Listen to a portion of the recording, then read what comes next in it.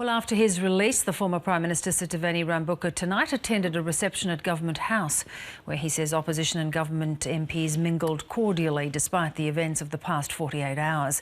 We spoke about what might have prompted his arrest.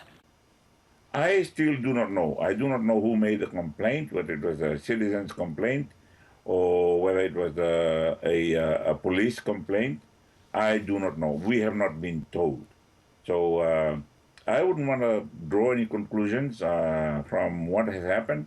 I take a very positive outlook on everything, and if I was in government, I would expect the people to be vigilant, and I would expect the law enforcement agencies to also be vigilant, and also allow the freedom to the people to be vigilant. And if they think that the leaders of the political parties or the nation are engaged in culpable activities, they have the freedom to bring it to the attention of the law enforcement agencies. What did you say? What did you discuss about the Constitution, though, that might have triggered such a response?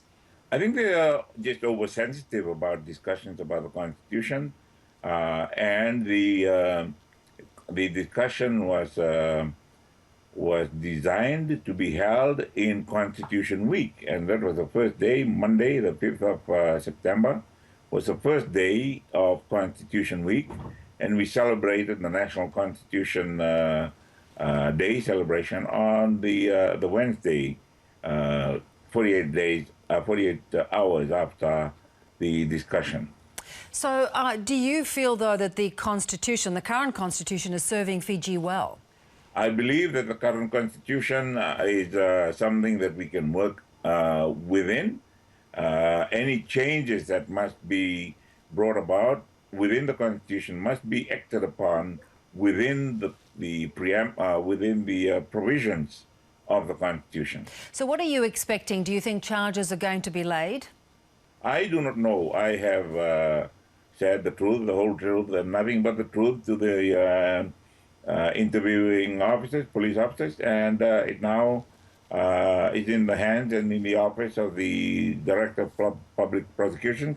At the moment, I don't have any restrictions on who I talk to and what I say, but when that, if charges are laid, then I will probably be restricted in where I can go and what I can say.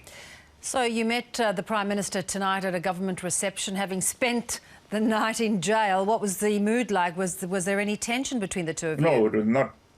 Our meetings has never been tense, because we are old friends, we are all comrades in arms. We all served. We both served together, and he was a subordinate officer when I was in command, and so there was no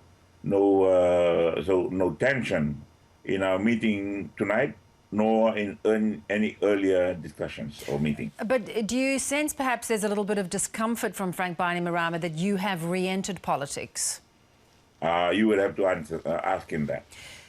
Nevertheless, though, the fact that you have re-entered politics has created a different political dynamic in Fiji.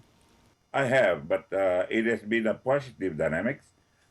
People in Parliament are talking more freely to one another across the floor. The members of Parliament tonight at the Government House reception felt much more comfortable talking to each other since I came to be the leader of the SODELPA party. I wondered too, though, that the coup culture that you initiated and that Frank Bainimarama continued, that there may be some fear for him with you coming back into politics, that he might go back to that because there is a fear of losing power. I think that we would rather turn our back on that, and if I can, or he can, or both of us can jointly bring that to an end and move forward to a new era of dialogue where we do not have neither side, neither the government nor the opposition group has to resort to or ask for or hope for the coup culture to come in to change the landscape of governance in our country. Mr. Rabuka, thank you so much for your time. Much appreciated. Naka.